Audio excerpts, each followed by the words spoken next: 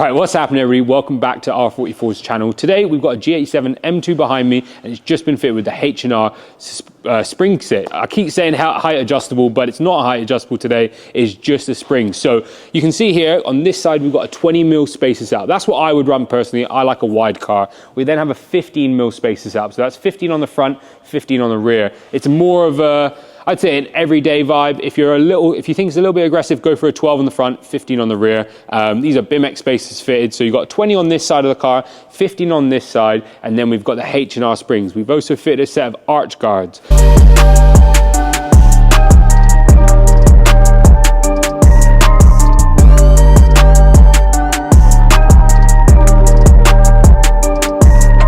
So what I'm going to do now is I'm going to leave here and I'm going to let Dylan just showcase some beautiful footage of the kind of finished article of the 20mm first, and then we'll go on to the 15mm on the side. And yeah, it's simple as that. We just want to make it nice and clear to show you guys what the H&R suspension looks like on the G87 M2.